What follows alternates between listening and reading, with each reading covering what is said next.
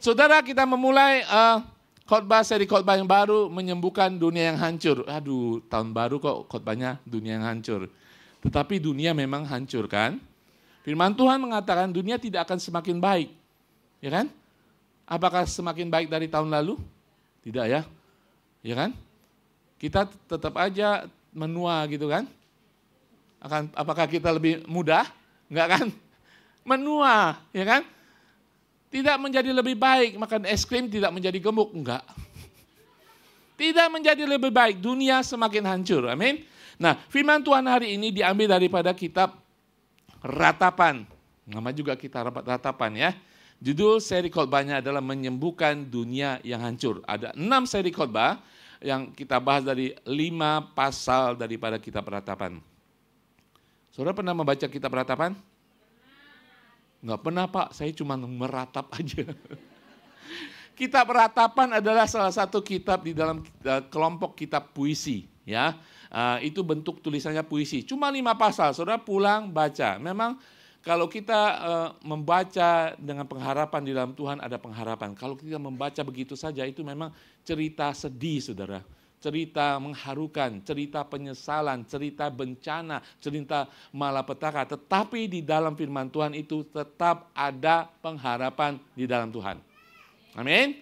Nah, kelima pasal ini sebenarnya kitab Ratapan ini ditulis setiap ayatnya, setiap pasal 1 sampai 5 itu 22 ayat. Kecuali pasal ketiga 66 ayat. Kenapa 22 ayat? Karena abjadnya orang Yahudi, ABC-nya dia, kalau bahasa Romawi itu A sampai Z berapa? Berapa huruf? 26. Hitung, mulai hitung kan. Z. 26. Kalau bahasa Yahudi, Alef sampai Taf itu 22 abjad. Alef, Taf, 22 abjad. Jadi kitab Ratapan ini sangat spesial sekali. Setiap pasalnya dimulai dengan akrostik. Akrostik itu A. Kalau saya bilang dalam bahasa Romawi ini ya, romanisasi ini. A. B. C. Sampai 22 ayat. Ngerti ya? Jadi dimulai dari Alef sampai Taf. Ke 22 ayat itu. Kecuali pasal ketiga ada pengulangan 3 kali. Jadi 66 ayat. Kenapa saudara ratapan harus A sampai Z? Supaya digambarkan oleh Yeremia, diperkirakan Nabi Yeremia yang menulis ini adalah menuliskan ratapan yang begitu memilukan, ratapan yang begitu lengkap A sampai Z. Sudah mengerti ya? Begitu hebat ratapan ini. Kenapa saudara? Kitab Ratapan ini menggambarkan puncaknya penghukuman Allah kepada bangsa Israel. Nah, saya gambarkan, kalau suatu kota mengalami bencana alam gitu ya, hancur, rumah rata, sawah hancur, pohon-pohon kebun hancur semua, ternak mati semuanya. Saudara bisa membayangkan seperti itu? Orang di kampung itu makan apa? Tidak ada yang dimakan. Dan tidak ada pertolongan, tidak ada penghiburan. Apa yang terjadi? Itulah yang diratapkan oleh Nabi Yeremia.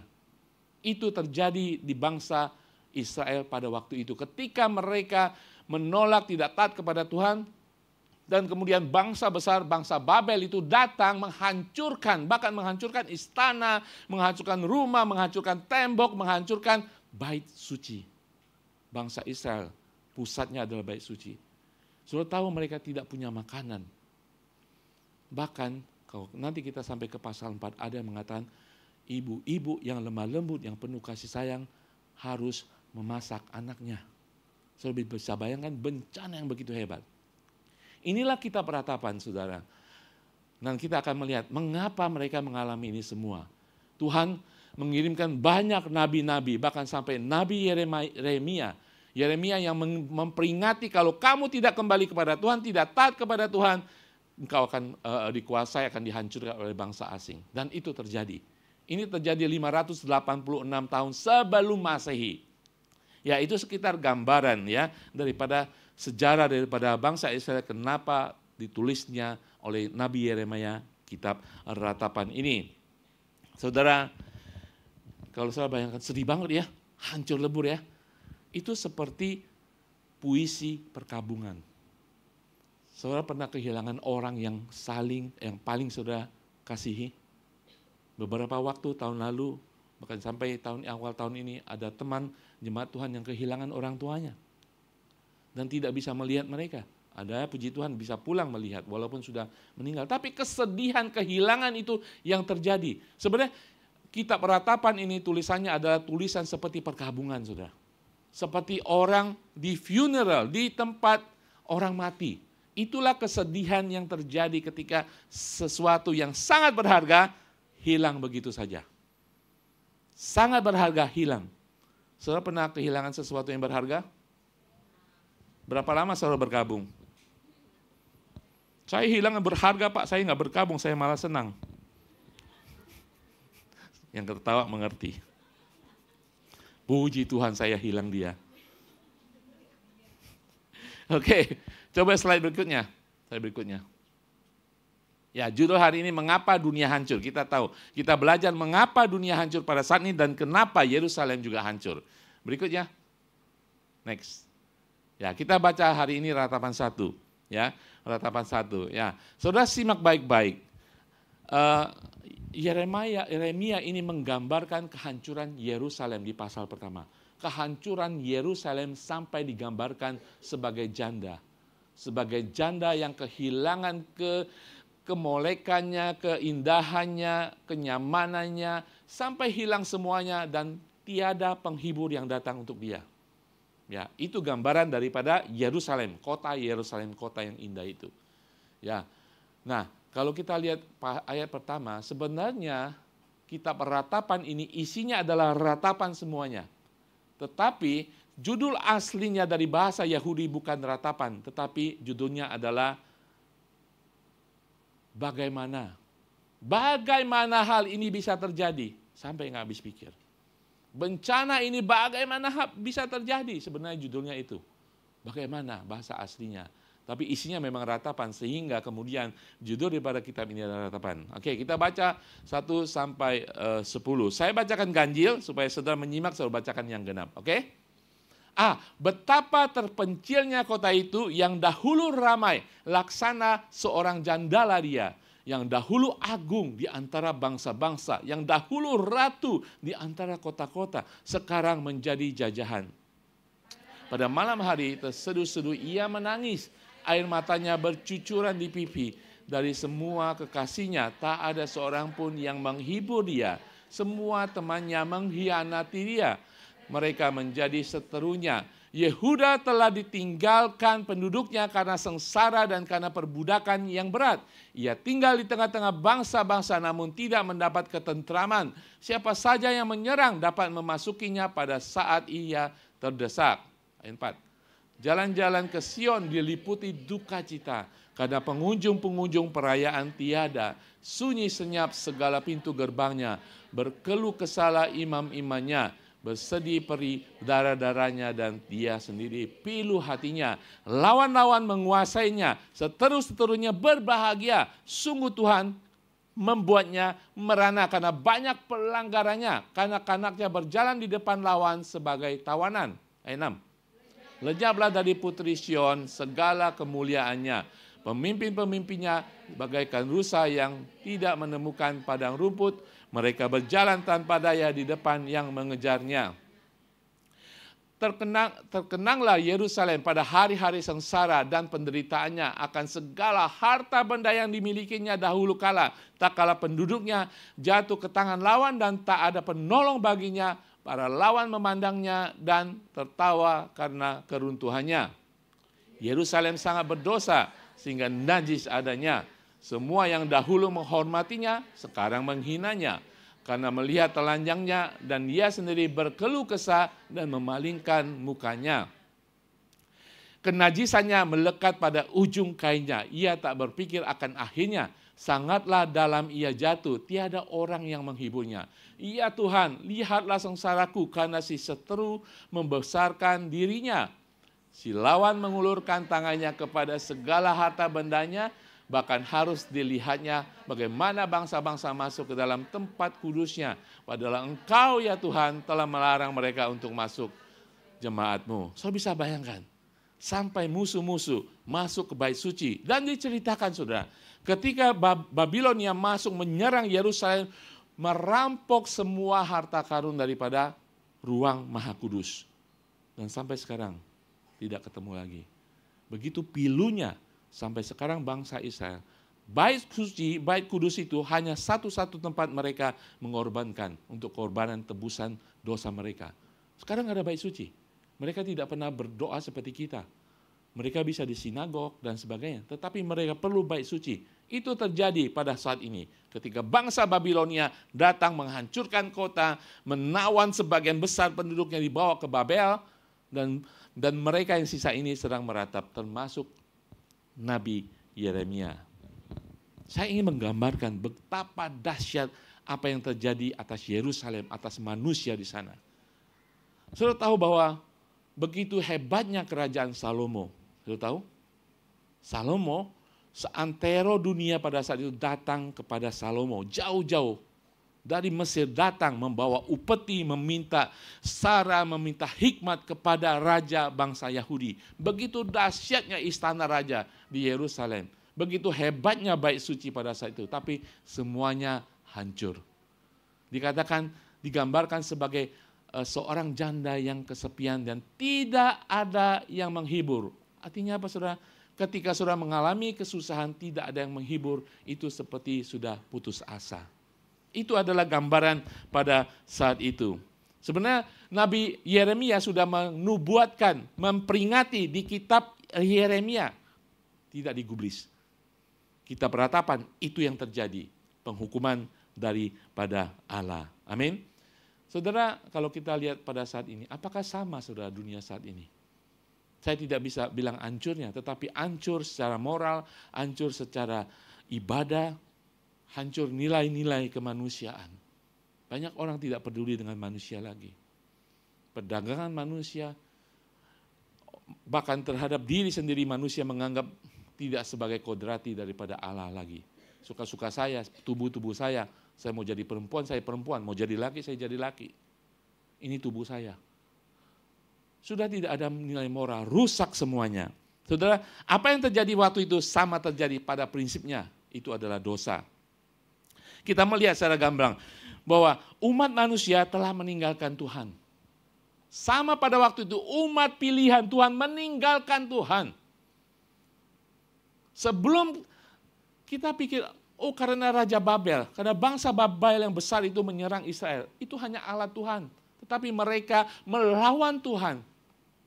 Sebelum itu mereka tidak hanya menyembah berhala, mereka meninggalkan bait suci dan Taurat Tuhan. Minggu lalu saya katakan, terjadi kebangkitan rohani yang diinginkan oleh Raja Yosia sebelum nantinya ditawan. Dia ingin kembali, dia ingin membaca firman Tuhan, membuka bait suci. Tapi buktinya tidak terjadi.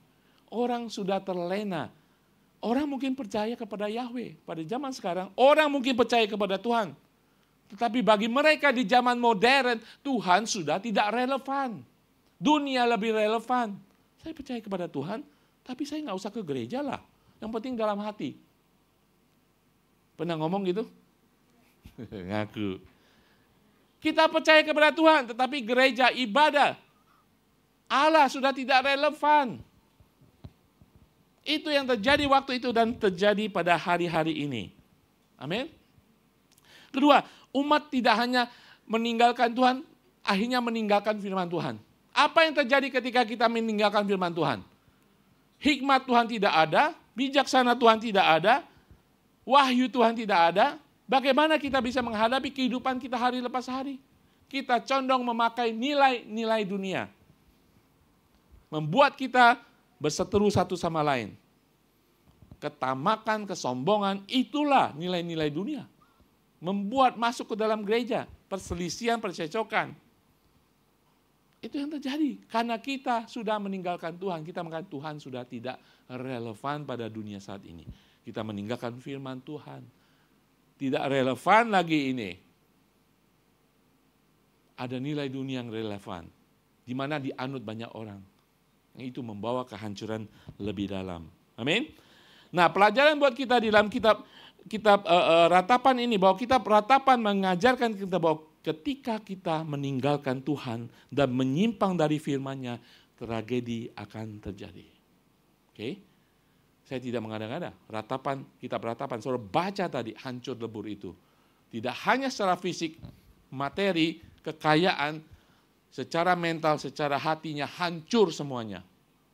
Itu adalah jeritan hati Nabi Yeremia. Di masa krisis pribadi, nasional, internasional saat ini, pesan kitab Ratapan ini menyerukan gereja kita semuanya untuk bertobat dan kembali kepada Tuhan. Setiap kita perlu pertobatan. Ada amin, saudara? Setiap kita perlu pertobatan. Ya, saudara, satu dan lain hal kita terserai dunia. Saya mengatakan COVID membuat orang berubah. Amin. Saudara pernah mendengar cerita, saya baru mendengarkan kesaksian.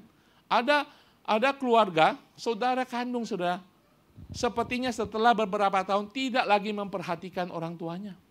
Tidak pernah selamat Natal, selamat ulang tahun. Kenapa? Saya pikir COVID membuat orang memiliki rohani yang cuek. Tidak peduli dengan sesama, tidak peduli dengan teman. Ya kan? Betul saudara? Dan itu membuat kita menjauhi daripada persekutuan dan gereja Tuhan. Kita harus bertobat untuk itu. Nah, di akhir tahun kita menerima firman Tuhan tentang revival, kebangkitan rohani, dan kita perlu itu. Amin. Oke, nah apa yang bisa kita pelajari hari ini? Daripada ratapan yang begitu dahsyat, saya cukup menggambarkan kepedihan yang luar biasa ya, tentang kitab Ratapan ini. Saudara baca sendiri, saudara merasakan itu. Dan saya percaya dalam kehidupan kita, ketika kita berkabung, yang paling dekat contohnya adalah ketika kita kehilangan seseorang berkabung. Karena orang itu tidak akan kembali lagi. Ya kan? Meninggal orang yang kita kasih, papa, mama kita mungkin sudah meninggal, tidak akan kembali lagi. Apapun hubungan kita dengan dia, tidak akan kembali lagi. Betul? Ratapan demikian. Yerusalem yang dulu hebat, luar biasa, hanya menjadi kenangan. Dan saudara tahu apa yang terjadi? Memang mereka akhirnya dibuang ke Babilonia selama 70 tahun. Nah, saudara ingat, saya di khotbah kita, Nehemia membangun kembali tembok, membangun kembali bait suci, membangun kembali masyarakat Yahudi yang sudah tercerai-berai. Nah, itu tidak gampang. Setelah ada orang ingin berkembali kepada Yerusalem, membangun kembali, pertobatan terjadi dan Tuhan memulihkan bangsa Israel. Tetapi pada saat ini apa yang terjadi? Kita lihat poin pertama, dosa menghasilkan bencana. Dosa menghasilkan bencana. Kalau kita lihat tadi ayat pasal 1 ayat 1-3 berbicara tentang Yerusalem seperti seorang janda. Sendirian, kesedihan, tidak ada yang datang menghibur. Tidak ada datang yang konseling, tidak ada datang yang menolong. Hanya sendirian. Itu bencana yang terjadi ketika dosa terjadi. Kuil bait suci dulu penuh dengan umat menjadi kosong. Para imam yang biasa memimpin ibadah udah nggak tahu kemana. Mungkin para imam dulu mendapat persembahan, ya perpuluhan dari jemaat. Kali ini sudah tidak ada jemaat. Dia juga nggak ada di bait suci. Padahal mereka imam. Para remaja putri yang dulu bergembira setiap festival sudah tidak ada lagi kegembiraan. Para pangeran yang dulu kuat, hebat, sudah menjadi lemah secara fisik karena tidak ada makanan. Itu yang terjadi, bencana karena dosa. Tidak ada harapan, tidak ada hari baik lagi. Saudara, musuh menyerang Yerusalem. Allah mengizinkan bencana itu terjadi. Mengapa saudara? Karena dosa. Karena dosa. Hari ini kita akan berbicara dosa dan akibat daripada dosa dan bagaimana Tuhan masih mengasihi kita sebagai umat Tuhan. Saudara tahu bahwa umat Israel adalah umat pilihan. Tapi Tuhan mengizinkan bencana yang dahsyat itu seperti perkuburan, perkabungan itu terjadi. Musuh menyerang Yerusalem. Mengapa? Karena dosa. Ratapan 1:5 mengatakan, lawan-lawan menguasainya, seterus-terusnya berbahagia, bersenang-senang. Sungguh Tuhan membuatnya merana. Kenapa? Karena banyak pelanggarannya. Haleluya. Kanak-kanaknya berjalan di depan lawan sebagai tawan. Kanak-kanak saudara. Masih kecil sudah tidak ada harapan. Saya bisa membayangkan. Kengerian terjadi. Kenapa? Karena pelanggaran mereka. Lebih dalam lagi dalam Ratapan 1:8-9 menjelaskan. Dikatakan apa? Yerusalem sangat berdosa. Ini bukan karena Tuhan tidak kasih pengajaran, Tuhan ingatkan. Seperti saudara duduk sini, firman Tuhan mengingatkan. Bahkan kadang-kadang Tuhan sentil sedikit saudara. Bangsa Israel sering disentil. Bertobat, putar balik lagi, bertobat, kambuh lagi, bertobat, kambuh lagi, bertobat, kambuh lagi. Dan kali ini sudah keterlaluan. Yerusalem sangat berdosa sehingga najis adanya. Semua yang dahulu menghormatinya, sekarang menghinanya karena melihat telanjangnya. Dan ia sendiri berkeluh kesah dan memalingkan mukanya. Kenajisannya melengket pada ujung kainnya, ia tidak berpikir akan akhirnya. Sangatlah dalam, ia jatuh karena dosa pelanggaran. Tiada orang yang menghiburnya. Ya Tuhan, lihatlah sengsaraku karena si seteru membesarkan dirinya. Tidak ada yang datang untuk menghibur Israel pada saat itu. Orang Yahudi, orang Israel, bangsa kotanya ditinggalkan. Maka saya bilang, ketika Salomo menjadi raja, bangsa-bangsa lain datang membawa upeti. Makanya Salomo menjadi super kaya. Cuman mau nanya doang, apa kabar Salomo? Coba kasih tahu saya kalau mertua saya begini nih, dikasih hikmat, dikasih upeti. Saking hebatnya saudara, banyak bangsa datang. Makanya Yeremia hanya bisa mengenang. Karena dia tidak tahu jalan keluar, tidak ada penghibur, dia hanya bisa mengenang. Tuhan melakukan hal yang baik bagi Yerusalem dulu. Itu dosa mendatangkan bencana, saudara. Saudara, apa itu dosa? Apa itu dosa?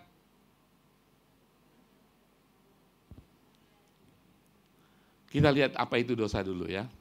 Ini contoh daripada dosa. Markus 7:20-23. Katanya lagi, kata Yesus, apa yang keluar dari seorang itulah yang menajiskan. Sebab dari dalam dari hati orang timbul segala pikiran jahat, pencabulan, pencurian, pembunuhan, pezinahan, keserakahan, kejahatan, kelicikan, hawa nafsu, iri hati, hujat, kesombongan, kebebalan, semua hal jahat ini timbul dari dalam dan menajiskan orang. Itu adalah contoh daripada dosa. Next, Galatia. Perbuatan daging telah nyata, yaitu pencabulan, kecemaran, hawa nafsu, penyembahan berhala, sihir, perseteruan, perselisihan, iri hati, amarah, kepentingan diri sendiri, pencideraan, roh pemecah, kedengkian, kemabukan, pesta pora dan sebagainya. Terhadap semua itu kuperingatkan kamu, seperti yang telah kubuat dahulu, bahwa barang siapa melakukan hal yang demikian, ia tidak akan mendapat bagian dalam kerajaan Allah. Itu contoh dosa. Sekarang apa itu definisi daripada dosa? Definisi dosa adalah setiap orang yang berbuat dosa melanggar hukum Allah. Sebab dosa ialah, setiap dosa adalah pelanggaran hukum Allah. Kadang-kadang kita meremehkan, oh nggak apa-apa, oh kita kompromi. Pokoknya setiap pelanggaran hukum Allah, ketidaktaatan akan hukum Allah adalah dosa. Apakah itu masih terjadi? Tadi contoh-contohnya banyak saudara. Menghujat, ngomongin orang dari belakang. Dosa? Iri hati. Saudara nggak menunjukkan, tapi dalam hati saudara, iri hati, dari hati. Dosa di hadapan Tuhan. Saudara khawatir itu juga dosa. Bangun pagi, hari ini makan apa? Itu sudah dosa, karena saudara tidak percaya kepada Tuhan. Tuhan mengatakan, aku akan menyediakan. Lihat burung, lihat bunga di bakung. Saudara sudah mikir, nanti sore makan apa, besok makan apa. Ya kan? Itu tidak menghormati otoritas daripada firman Tuhan dan itu adalah dosa. Amin?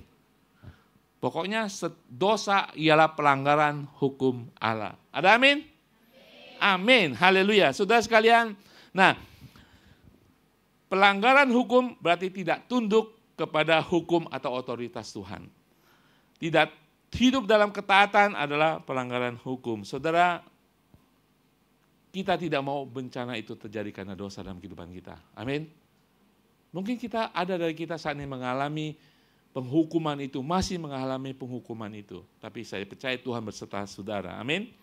Haleluya. Mari kita harus hati-hati dengan dosa karena kita melihat contoh di dalam kitab Ratapan, dosa menghasilkan bencana. Tidak hanya sampai di sana saudara. Kenapa saudara? Karena ada orang yang tahu, karena dosa saya mengalami itu, tapi cuek aja. Tetapi kita harus masuk ke poin kedua, tidak hanya kita tahu dosa menghasilkan bencana, kita harus tahu bahwa dosa harus menghasilkan perkabungan. Dosa harus bisa menghasilkan perkabungan. Kenapa saudara? Maka saya katakan tadi, ketika kita kehilangan seorang dikasih meninggal dunia, kita berkabungan. Karena kita kehilangan sesuatu. Dosa harus menghasilkan perkabungan karena ketika kita melakukan dosa ada sesuatu yang hilang. Makanya kita berkabung. Kalau orang melakukan dosa dan tidak berkabung, dia tidak merasakan sesuatu yang hilang. Bahkan dia tidak menganggap itu dosa. Apa yang hilang saya akan jelaskan. Oke? Nah, saudara sekalian, itu yang hilang itu yang membuat kita berkabung. Sesuatu yang berharga kita melakukan dosa, hilang itu semuanya, membuat mereka begitu sedih. Sama halnya bangsa Israel, ketika kehilangan kehebatan bait suci, kehebatan Yerusalem, umat Tuhan yang luar biasa, mereka berkabung. Mereka kehilangan hadirat Tuhan. Mereka kehilangan berkat Tuhan. Mereka berkabung dan menyadari dosa mereka. Amin. Saudara, Ratapan ini memperjelas bahwa bencana tersebut merupakan penghakiman Allah. Yes, penghakiman Allah. Allah bisa memakai bangsa Babel, tetapi itu adalah penghakiman Allah. Terlebih mereka adalah bangsa pilihan. Saudara tidak pernah akan diadili oleh iblis lagi, saudara. Allah yang maha adil, dia yang menghakimi kita. Amin. Jangan pernah si iblis menghukum saya. Tidak. Allah mengizinkan. Allah bisa memakai apa saja seperti kitab Ratapan ini. Bencana terjadi. Tapi kitab Ratapan ini juga tentang kedukaan atas dosa-dosa Yerusalem kepada Yahweh. Kenapa Yeremia begitu berduka? Karena dia berduka bangsa Israel, bangsanya ini sudah melawan Tuhan. Sudah berdosa, maka dia berkabung. Saudara sekalian, berkabung karena dosa itu hal yang normal, harus kita miliki justru, berkabung karena dosa. Karena saudara, kalau kita tidak bersedih berkabung akan dosa, berarti kita tidak menganggap itu dosa. Kita tidak merasa kehilangan sesuatu privilege daripada kita sebagai anak Tuhan. Kenapa saudara? Ada sesuatu yang hilang ketika kita melakukan dosa. Berkabung karena dosa merupakan ekspresi kesedihan, karena mengalami kehilangan. Karena ada bagian dari kita yang hilang ketika kita melakukan dosa, makanya kita berkabung. Dan itu berkabung itu harus membawa kita kepada pertobatan, pada penyesalan. Ada amin saudara? Nah saudara, bagi umat Tuhan, ketika kita melakukan kesalahan, harus sejelas dulu ya. Ketika kita percaya kepada Tuhan, Roh Kudus sudah dimeteraikan dalam kita, ya kan? Dan tangan Tuhan atas hidup kita.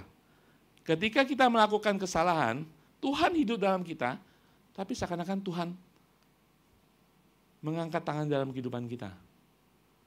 Saudara masih tetap milik Tuhan, tetapi tangan Tuhan sudah terangkat dari saudara sementara. Itulah bencana terjadi. Dan kita harus tahu dan harus berkabung untuk itu. Kita harus menghargai apa yang menjadi milik kita sebagai anak Allah dalam ketaatan kita. Dan kita harus berkabung ketika kita tidak taat, semuanya hilang. Apa yang kita akan pelajari di sini, saudara, sehingga kita bisa berjaga-jaga, menjaga supaya apa yang Tuhan berikan kepada kita tidak hilang, untuk tidak melakukan pelanggaran akan dosa. Amin, saudara? Amin. Nah, kita belajar beberapa hal. Kita akan berkabung akan dosa kita kalau kita sungguh-sungguh menyadari kehilangan beberapa hal berikut ini. Keagungan dan kehormatan. Itu adalah milik orang percaya. Saudara lihat di dalam Ratapan ini. Betapa terpencilnya kota itu yang dahulu ramai, laksana seorang jandala ia. Sekarang yang dahulu agung di antara bangsa-bangsa. Hilang kemuliaan, hilang kehormatan karena dosa.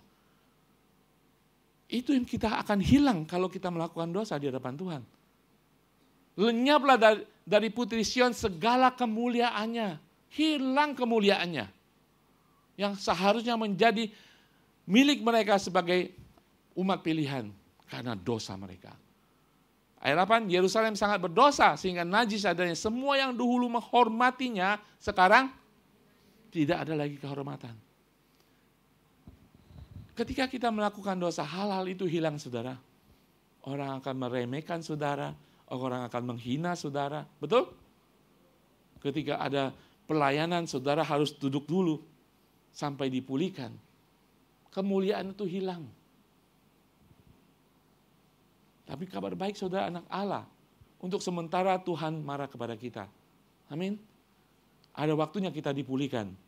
Tapi saudara harus berduka ketika melakukan dosa karena ada hal-hal seperti ini hilang. Hal yang kedua, berikutnya. Apa yang hilang? Kenyamanan dan perlindungan. Dikatakan, pada malam hari terseduh-seduh ia menangis, air matanya bercucuran di pipi dari semua kekasihnya, teman-temannya, bangsa-bangsa yang berteman dengan bangsa Israel. Tidak ada seorang pun yang menghibur dia, teman-teman pergi semuanya. Semua temannya mengkhianatinya, mereka menjadi seterunya karena dia berdosa. Apalagi yang hilang perlindungan, tiada orang yang menghiburnya. Apalagi dari itu, dengarlah bagaimana keluh kesahku sedangkan tiada penghibur bagiku. Tiada yang datang, saudara. Ketika kita melakukan dosa dalam kehidupan kita, hal-hal ini akan terambil dari kita, saudara. Saya katakan, Tuhan hidup dalam saudara, tapi Tuhan mengangkat tangan saudara. Ketika Yerusalem berdosa, begitu najisnya Yerusalem. Hal-hal ini terambil, saudara. Yang berikutnya, apa yang terambil, apa yang hilang? Berkat, materi, dan penyediaan. Lawan-lawan menguasainya, seterus-terusnya berbahagia. Kenapa berbahagia? Dia merampok bangsa Israel. Semuanya, bahkan peralatan-peralatan baik suci diangkut semuanya. Makanya mereka tidak bisa makan, saudara. Dikarenakan si lawan mengulurkan tangannya kepada segala harta bendanya. Berkeluh kesah, ayat 11. Seluruh penduduknya sedang mereka mencari roti. Berkeluh kesah, mencari makanan. Ketika dosa terjadi, bencana terjadi, kita kehilangan sesuatu. Berkat, materi, dan penyediaan. Yang berikutnya.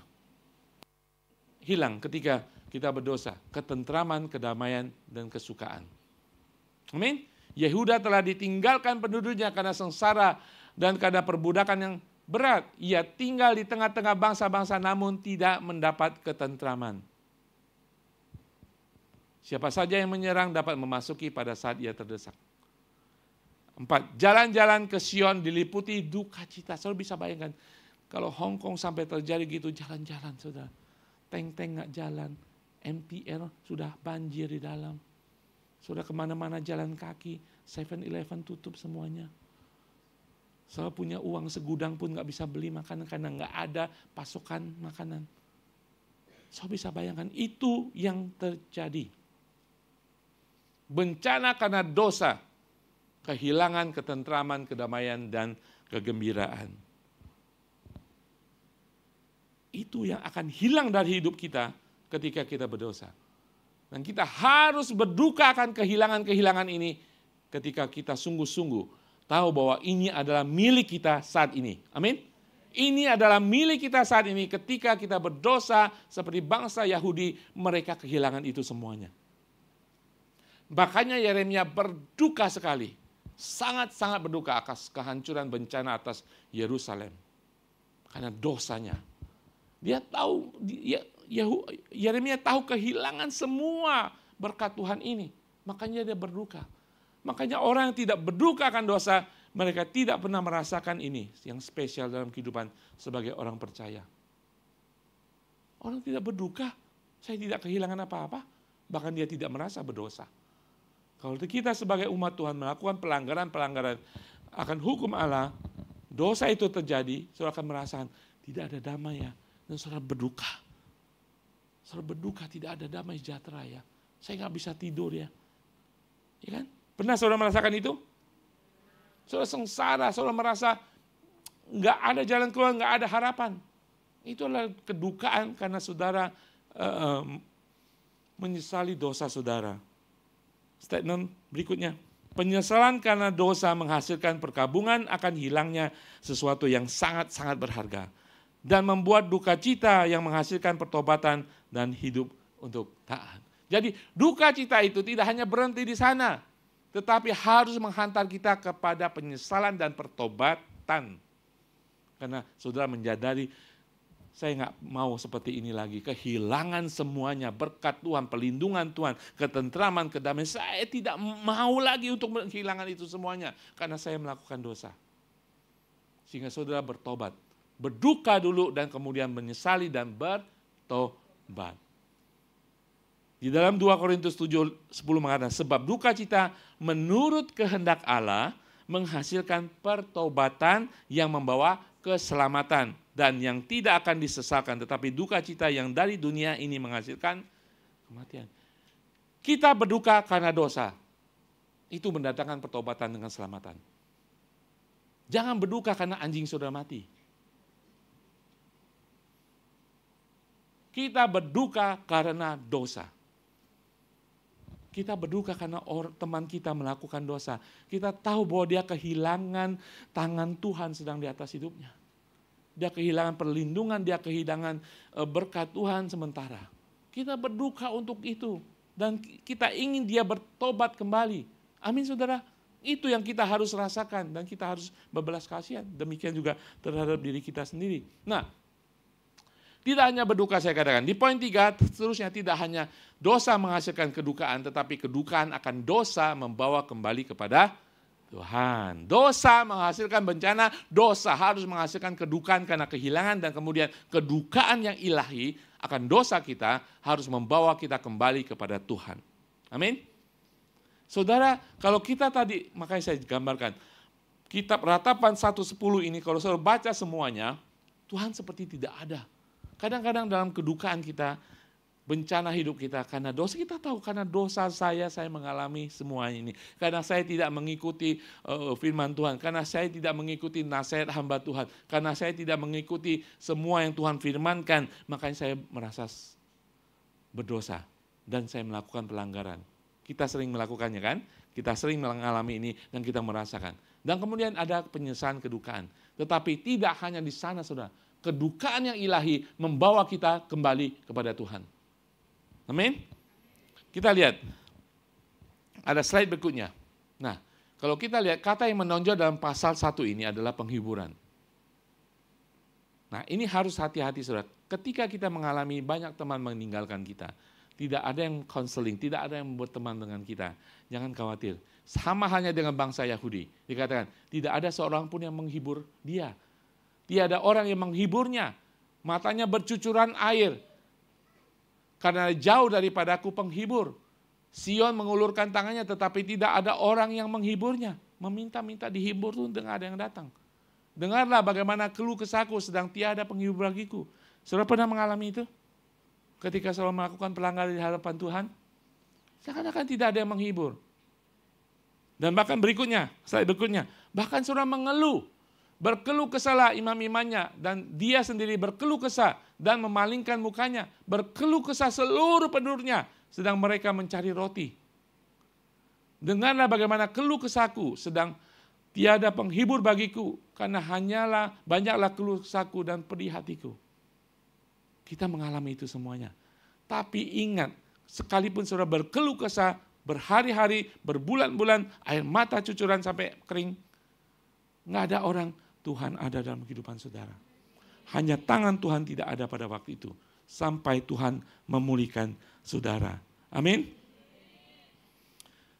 Saya katakan, kedukaan yang benar akan dosa kita harus membawa kita bahwa kita perlu Tuhan. Kita perlu Tuhan. Tadi daftar dosa itu kita masih melakukannya kan? Kemarin Sabtu, Ada teman mengatakan kepada saya, Pak Ari, pasang maksik itu dosa nggak ya?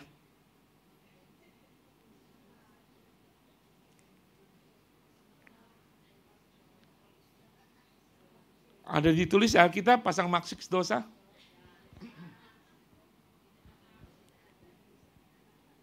Nggak ada. Ya itu judi. Judi ada di Alkitab? Orang malas sih ada. Orang yang tidak mengandalkan Tuhan ada. Judi ya tidak mengandalkan Tuhan, hanya mengandalkan luck. Mengandalkan manusia. Mengandalkan keberuntungan. Itu penghinaan buat Tuhan sebagai anak Tuhan. Betul? Mau dapat uang banyak? Semua orang mau kerja. Kerja yang hebat. Kerja yang halal. Tidak melanggar peraturan Hong Kong.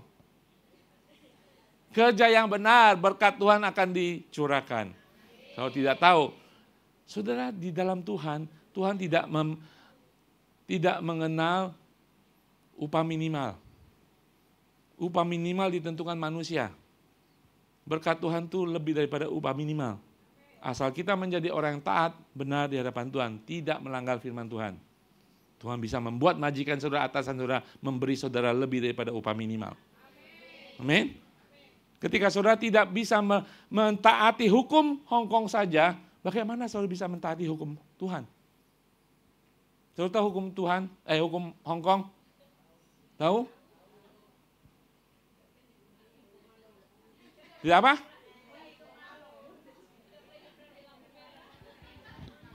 Saya kan lagi ngomongin pendapatan. Apa hukum Hong Kong tentang berkat Tuhan? Tidak part-time? Tidak boleh jualan? Nah itu hukum Hong Kong loh. Kita kan taat kepada pemerintahan Hong Kong kan? Kalau saudara tidak bisa taat pemerintahan Hong Kong, bagaimana saudara bisa taat kepada otoritas Tuhan yang tidak ada kelihatan dalam kehidupan saudara? Itulah kesusahan akan terjadi dalam kehidupan kita. Kan? Tangan Tuhan sementara tidak ada dalam kehidupan saudara. Tangan Tuhan sementara terangkat daripada hidup saudara. Ketika kita melakukan dosa, tangan Tuhan sejenak tidak ada dalam kehidupan kita. Kedukaan ilahi harus membawa kita menemukan Tuhan di dalam pertobatan dan perkabungan kita. Amin. Ya. Ratapan 1:10 mengatakan, Yeremia mengatakan, Ratapan 1:10 mengatakan, ya Tuhan. Dia boleh mengatakan, kenapa Tuhan, bagaimana mungkin ini terjadi, tetapi akhirnya mengatakan, ya Tuhan, lihatlah betapa besar ketakutanku. Betapa gelisah jiwaku, hatiku berbolak-balik di dalam dadaku. Saya nggak tahu bahasa apa itu. Gunda gulata. Hatiku berbolak-balik di dalam dadaku. Saudara harus tahu bahasa kitab ratapan, walaupun meratap adalah kitab puisi, saudara. Bahasa aslinya itu puisi. Ya kalau saudara meratap dulu putus pacar kan tulisnya puisi kan. Nggak ada yang ngerti kan. Nah kadang-kadang ini suka juga nggak ngerti. Hatiku berbolak-balik dalam dadaku karena sudah melampaui batas aku memberontak. Di luar keturunanku dibinasakan oleh pedang, di dalam rumah oleh penyakit sampar. Sampai dia datang kepada Tuhan. Kedukaan akan dosa, akan bencana akan dosa, karena dosa harus membawa kita kembali kepada Tuhan. Tuhan, aku perlu Engkau. Amin saudara, aku perlu Engkau Tuhan. Tidak hanya kita datang dan perlu Tuhan untuk pertobatan, untuk pemulihan. Tetapi yang kedua, kedukaan ilahi menemukan bahwa Tuhan itu benar dalam keadilannya. Berikutnya, ya. Kedukaan ilahi menemukan bahwa Tuhan itu benar adanya. Apapun yang terjadi dalam kehidupan kita, apapun yang Tuhan izinkan terjadi dalam kehidupan kita, bencana seperti Yerusalem, Yeremia mengatakan, Tuhanlah yang benar karena aku telah memberontak terhadap firman-Nya. Tidak hanya menemukan Tuhan, saudara harus mengakui bahwa Tuhan memang penuh belas kasihan. Tuhan mengasihi saudara, tetapi Tuhan itu adil dan kudus adanya. Ketika kita melanggar firman Tuhan, kita melanggar kekudusan Allah. Dan Allah yang adil itu tidak ada kata lain menjalankan keadilannya. Disiplin, saudara. Disiplin. Sebagai anak Tuhan, kita disiplin Tuhan. Sebagai anak iblis, orang itu disiplin oleh iblis. Kita sebagai anak Tuhan didisiplin oleh Bapa. Firman Tuhan mengatakan Ibrani, mana ada Bapa yang tidak mendisiplin anaknya? Bapa macam apa? Bapak tiri? Bapak orang lain, mana mereka peduli? Bapak kita sendiri yang mendisiplin kita. Amin. Tetapi harus membawa kita mengakui bahwa hanya Tuhan yang benar, hanya Tuhan yang adil. Apapun yang terjadi, bencana begitu dahsyat hebatnya, di pasal pertama, Yeremia sudah mengatakan, Tuhan, Engkau masih Tuhan yang adil. Engkau masih Tuhan yang benar. Kami yang salah. Biasa kalau kita dihukum, kita nyalain siapa? Kalau kita mendapat kesusahan, bencana, kita salahin seantero dunia, kecuali kita sendiri. Betul?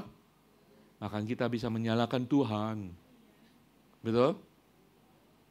Yeremia tahu. Bencana ini udah keterlaluan, hebatnya, dahsyatnya. Saya katakan, bahkan ibu bisa memasak anaknya di dalam kitab ratapan ini. Hebat nggak dahsyatnya bencana, kesusahan yang ditimbulkan.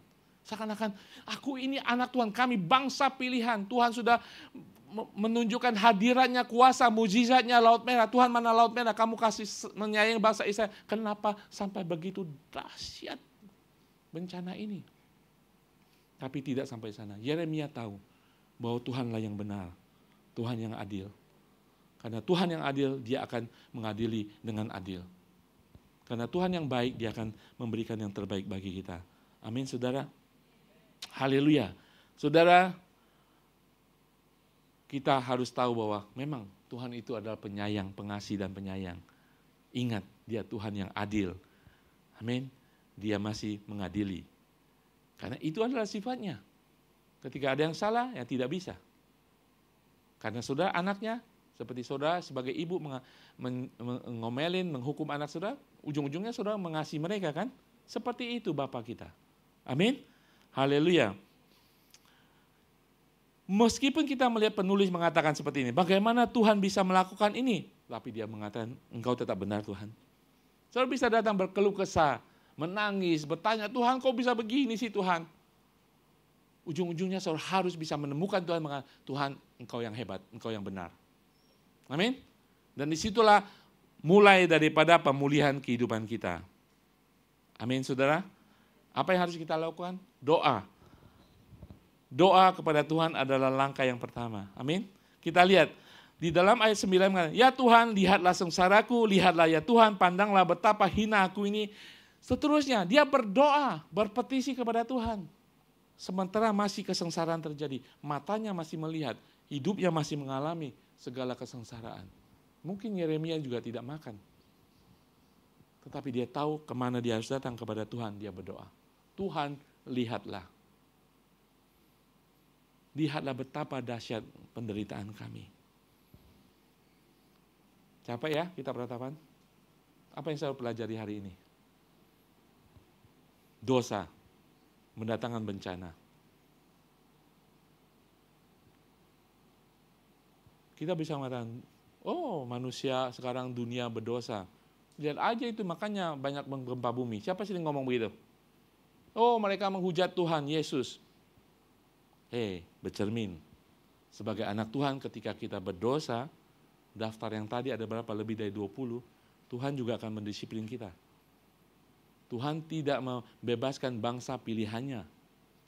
Tuhan juga tidak akan membiarkan saudara menjadi anak-anak berandal. Berdosa.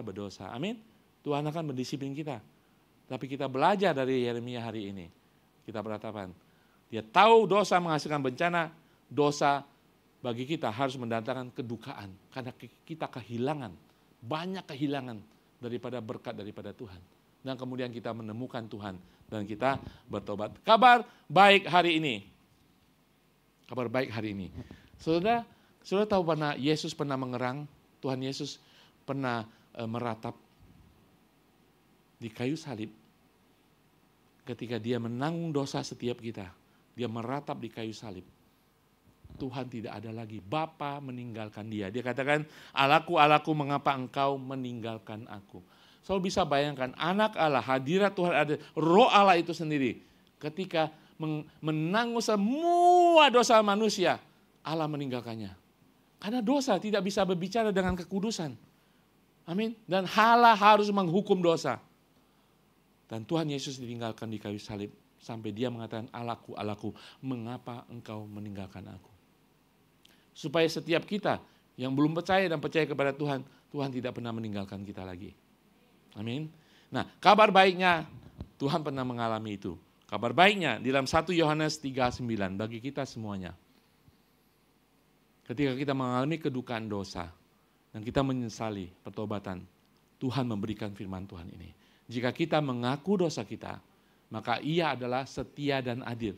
Bukan adil saja, tetapi sekarang Dia adalah setia dan adil. Sehingga Ia akan mengampuni dosa besar saudara, segala dosa kita. Dan menyucikan kita dari segala kejahatan kita. Itu kabar baik saudara. Bencana, tanggung masing-masing. Iya dong, jangan suruh kita tanggung-tanggung. Sesudah tanggung kesalahan saudara, Tuhan memberikan kabar baik jalan keluar. Aku dosa saudara. Tuhan akan memulihkan saudara. Amin. Ayat terakhir Mazmur 30, 11, 12. Siapa yang berduka, siapa yang meratap? Aku yang meratap telah kau ubah menjadi orang yang menari-nari. Kain kau bungku telah kau buka, pinggangku kau ikat dengan sukacita.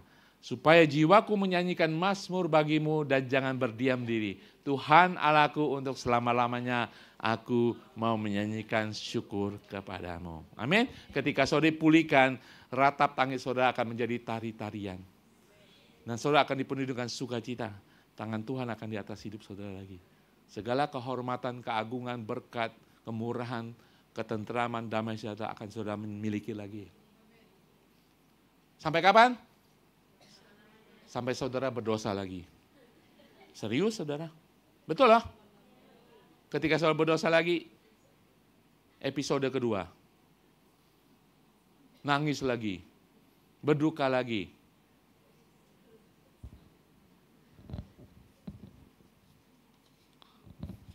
Ada lagu, cukup sekali aku merasa. Cukup sekali, katakan kiri kanan, cukup sekali.